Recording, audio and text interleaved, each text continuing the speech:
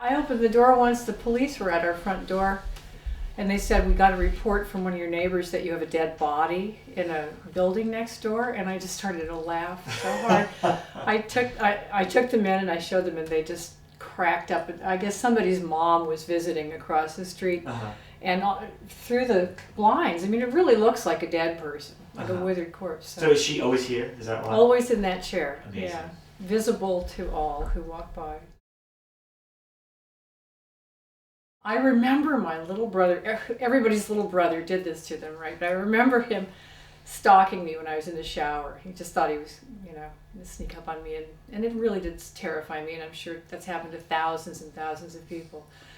But honestly, I've seen the movie so many times that it's really hard to remember the first time.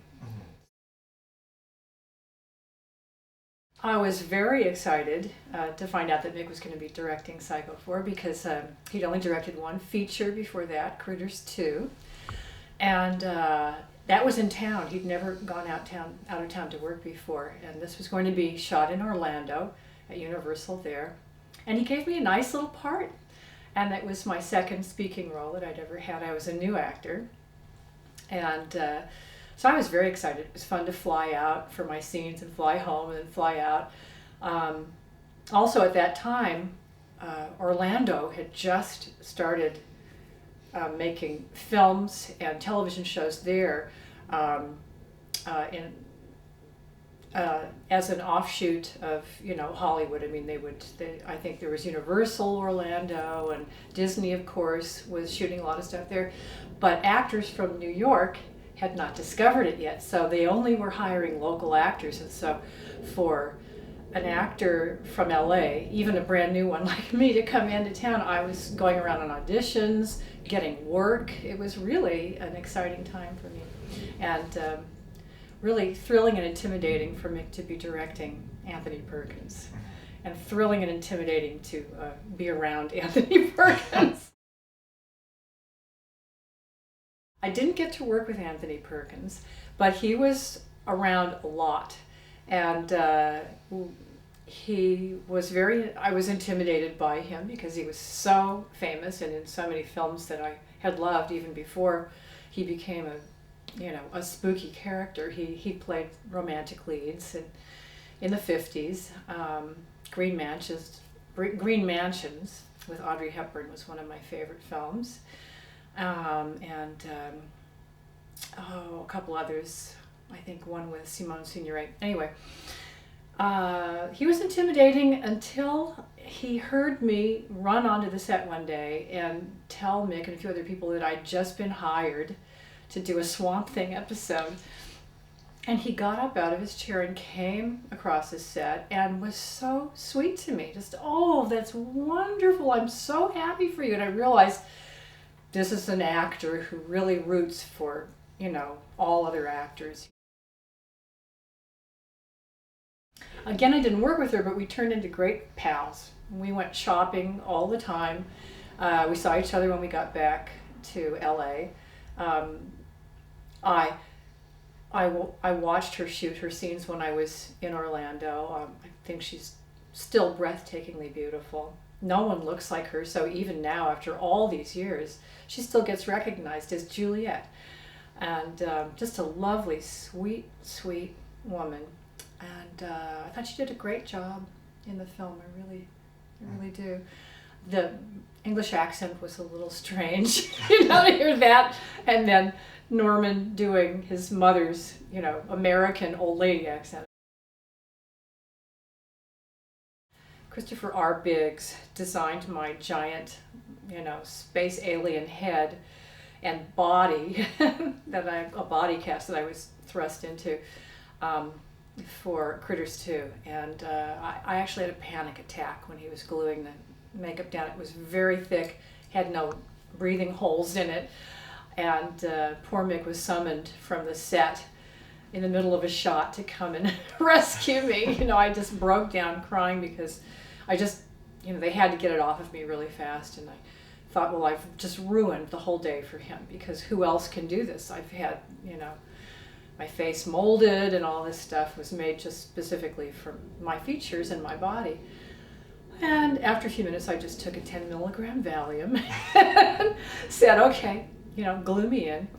And I just did it. I don't know how I did it. The Valium helped, but it was still very claustrophobic. And that, I actually was quite claustrophobic for about 2 years after that. I mean, I really had a lot of trouble sitting in a movie theater, even if the whole row were empty. If somebody sat on both ends of the row, I would start to panic. But I finally got over it, and then the makeups, excuse me, since then have been pleasant. I'll do them if somebody will design them to be light, like in The Shining. That was I said I'll play the part. I really want to play the part, but it has to be very comfortable, breathable, easy to wear makeup, and so I was obliged.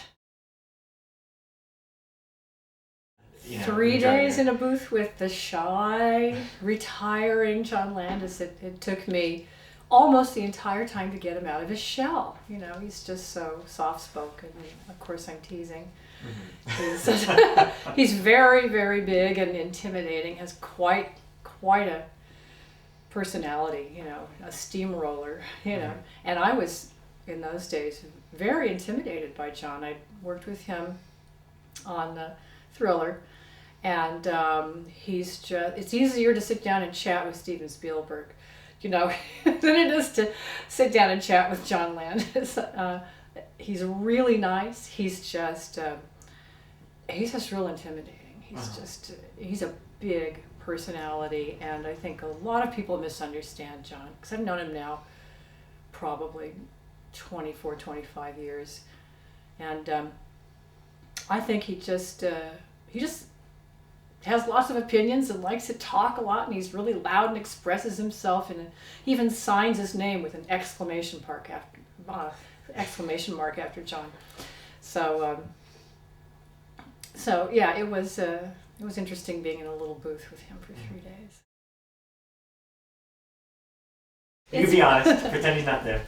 I love working with Mick. It's a little sad these days because we used to work together more earlier, before Mick became so successful. I used to do more than just act with him. I would write jingles for him because I was a songwriter and I'm a composer. I would write, pieces of music for, his films, and I would act in just about everything he made. And when he started working in Canada, I also worked with him, but then they passed this law that you could only have a couple of lead actors, from the States come up and work, and it took a while for him to gain enough clout to be able to bring me up to work with him in Canada. But I love it. I miss it. But I think he's wonderful to work with. Everybody loves working with Mick. Every single show he works on. If I come to the set to visit, I have to walk this gauntlet of cast members and crew members stopping me and telling me he's the best director they've ever worked with. He's the nicest guy they've ever worked with. And he always has happy sets, and that's really important, because I just don't see how anybody can give you their best work if they're intimidated, if they're yelled at, if they're embarrassed in front of their coworkers, and so much of that goes on with other directors. You mentioned before Jingles. Didn't you do the Jingles in Psycho 4? Some of the Yes, radio things? I did. Didn't I? Wait. KTK? Oh yeah, KTK AM 490. Yes, I did that. I guess that's it. I did the radio jingles for that. The Pulse of Central California. He did that part. I did jingles and the end title song for Critters 2. And I worked on one other one. I did some. And you wrote the lyrics for Bud the Chud. Oh, I did. I wrote the lyrics to the end title song, Bud the Chud 2. Bud Chud 2. Chud 2. Yeah.